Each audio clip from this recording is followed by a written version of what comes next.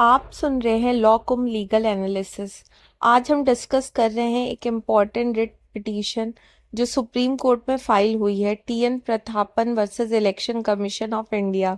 ये मैटर अभी सिर्फ एक प्ली स्टेज पर है। सुप्रीम कोर्ट ने अभी कोई डिसीजन नहीं दिया है।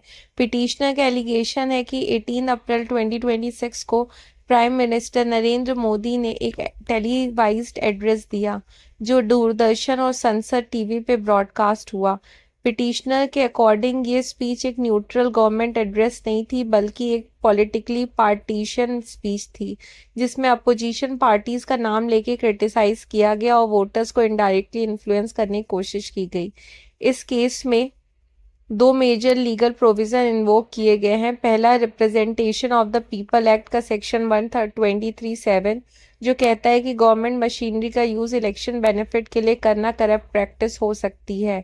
दूसरा, मॉडल कोड ऑफ कंडक्ट का सेक्शन 7(4) जो क्लियरली प्रोहिबिट करता है कि स्टेट रिसोर्सेज और ऑफिशियल मीडिया का यूज पॉलिटिकल कैंपेनिंग के लिए नहीं होना चाहिए।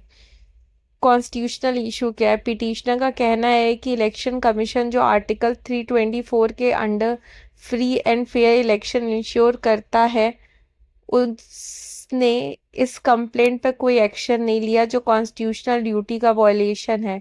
कोर्ट से ये डिमांड की गई है कि ईसीआई यानी election commission of India show cause notice issue करे, ब्रॉडकास्ट हटाया जाए और एक टाइम बाउंड इंक्वायरी कंडक्ट हो।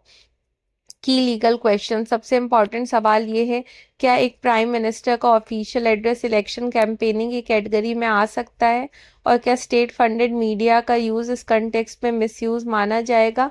अब तक सुप्रीम कोर्ट ने कोई फाइंडिंग नहीं दी है। मैटर भी सिर्फ एलिगेशन और लीगल क्वेश्चन तक लिमिटेड है, लेकिन ये केस फ्यूचर में एमसीसी इन्फोर्समेंट और पॉलिटिकल स्पीचेस की बाउंड्रीज को रीडिफाइन कर सकता है। ऐसे डिटेल लीगल एनालिसिस के लिए सब्सक्राइब करें लॉ।